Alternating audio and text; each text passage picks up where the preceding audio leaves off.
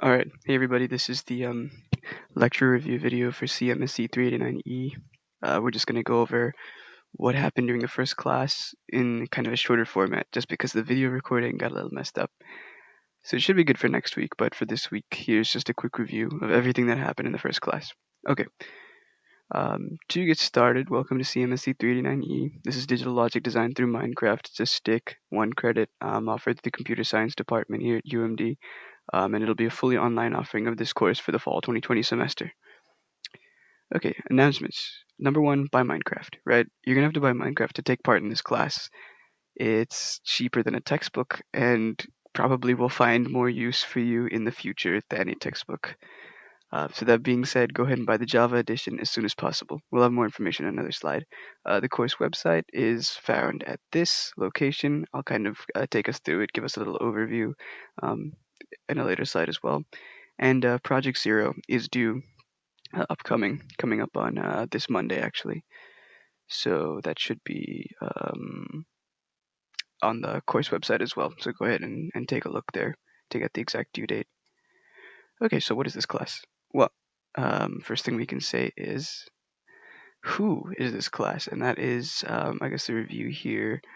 Ashwath introduced himself on the Discord when we had lecture in person. Again, we'll probably just record the live lecture next time instead of me having to do this like redo, just because recording messed up. But he is the co-instructor for this class, and so am I. Both of us teach it together. Our emails are up on the screen, as well as our Discord usernames. So we'll be using Discord for a lot of the communication in this class, and all of you who are watching this video should be in the Discord as well. Go ahead and use the join link to join if you are not.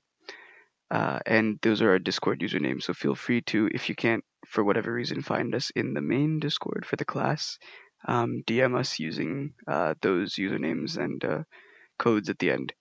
And you should be able to get us that way as well. Okay, so what is CMSC389E? The most ambitious ploy to allow the CS department at a world-class university to allow us to accumulate credits towards graduation while playing a computer game. Actually, no, that's a joke. It's a class about digital logic design, fundamental computing circuits, and leveraging redstone in Minecraft to build those fundamental circuits. It's also a way to get hands-on experience, building and modifying these computing circuits, right? In real life, when you buy these components and put them together, it's expensive. You may have problems, technical issues. In Minecraft, you're given the opportunity to put these components together with a little more freedom, a little more time, and space, to do that sort of thing. So it's a neat little sandbox way to build computing circuits. And if you're interested, we will be adhering to the von Neumann computing model, a very simple one, for our final 2-bit computer project. So if you do want to sort of start building your knowledge for the class, kind of see in which direction we're taking this, feel free to give that term a Google, or if you know it already, then kind of know what you're going to expect for this class. So here's what to really expect. We got logic gates from CMSC250. That's where we're going to start off. So that's a co-rec for this class.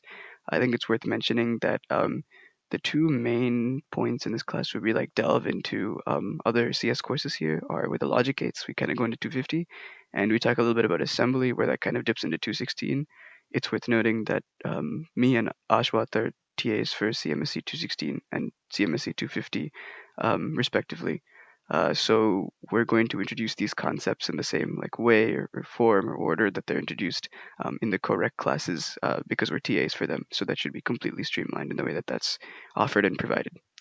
So that being said, we also have a few more advanced logic circuits and logic structures. We kind of delve away from 250 and go into things like we go from adders to RAM, ROM, clock circuits, things like that, as well as logic structures that are the foundations of computer hardware. That's what I was talking about, RAM, ROM, that sort of stuff. And this will all be in Minecraft. So you can see we kind of start off with 250 as a base, and then we delve into these logic structures and things like that, touch assembly a little bit, and we end up building a fully functional 2-bit computer. That's kind of the class at a glance. So here's the class structure. All projects, save for the first few, will be submitted to the CS Submit server, right? We're going to get that framework up and running for you guys. We will have one project per week assigned Friday. Again, our first project was assigned this past Friday, week 1, and it is due the next Monday. So that's not the following Monday, but the next Monday. So effectively, you get a little over a week to work on each project. Again, for details on due dates and stuff like that, head over to the course website and click the project PDF. We have about 13 total lectures. I think this semester we may have a few more, so we might have some bonus lectures thrown in there. Um, one midterm exam, that'll be on paper or via ELMS. We're still kind of figuring out a way to offer that in a way that'll be like fair to everyone and like a decent exam. And finally, one cumulative, impressive final project, right? That final project is going to be you building a 2-bit computer in Minecraft. So something to look forward to. Okay. And ensure that you've submitted a working version of each project by the final deadline at the end of the semester. And this is important. This is considered your good faith attempt, right? If you don't submit this, you will fail the class. It's true. Um, Actually, it's weird to threaten people. We have had situations where students were unable to complete all the projects for the class, and unfortunately, we had to tell them, you either have to hand in a functional version of this project. Obviously, these are ignoring extenuating circumstances, or you won't pass, right? So make sure to hand in at least a functional version of each project by the final deadline at the end of the semester. Can't guarantee you good grade then, but we can guarantee that you will pass. Okay, so that's important. Make sure to take note of that. It's a real phenomenon that goes on in this class.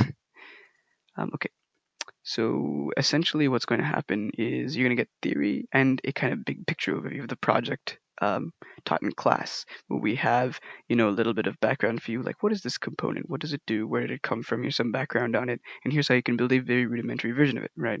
Um, and we've designed it this semester to have a little bit less of the boring, lower level theory stuff. Delivered via lecture. Lecture is going to be more of a big picture project overview sort of thing. And the main theory, is probably going to be delivered via the online textbook and videos provided in class.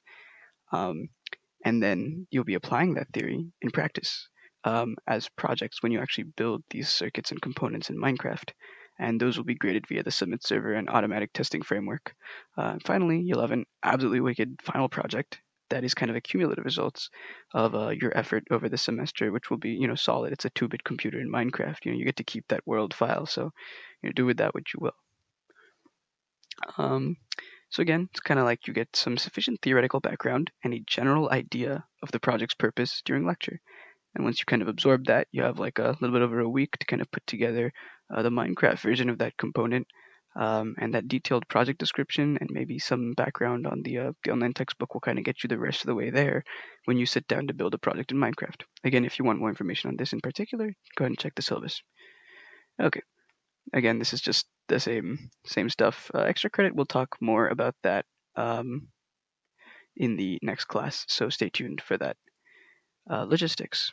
Okay, buy Minecraft. The link is here. The slides are linked on the course website, so go ahead and take a look at this link in particular. You want the Java edition.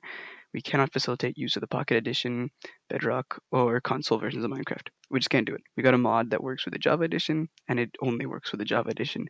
So please be sure to buy this particular version of Minecraft. It is essential to your success in this class. It's only like 20 something dollars, and I think it's well worth the price. Okay. The course website will have a quick summary of all that you need to accomplish each week. Please use it. Actually, our ELMS page has been published by the powers that be.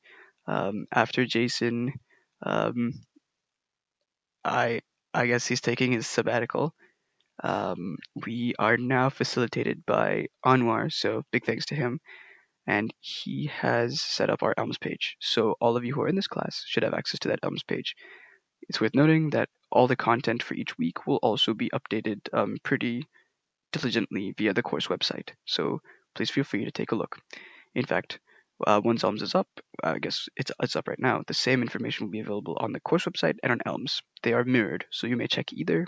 I think you're going to have to turn in stuff via ELMS, though, not via the course website, whenever you have to do that, so keep that in mind. We'll just go ahead and take a quick look at the course website here. I'm going to throw it up on the screen. And you can see this is what happens when you land a landing page. You get a little header stuff right here. And this is the important thing, right? So we'll have kind of a table with a row for each week. And for each week, you get a set of things that you should do. So let's take a look. Instructions column. This is where you'll kind of get the overview of what's happening, what's due that week, right? So you get a handout like this each week. Where we kind of talk about, welcome, what is this handout? And it's just sort of like a list of items that you should do by the end of the week, kind of like the weekly news for the class, right? It's almost like the first 15 minutes of like lecture or something, if we were to have in-person lecture, just kind of a little guide. So you can kind of assume that if you've done everything listed on this document, then you should be good to go. That is basically what this is all about. Okay. Next, we have our introduction and logistics.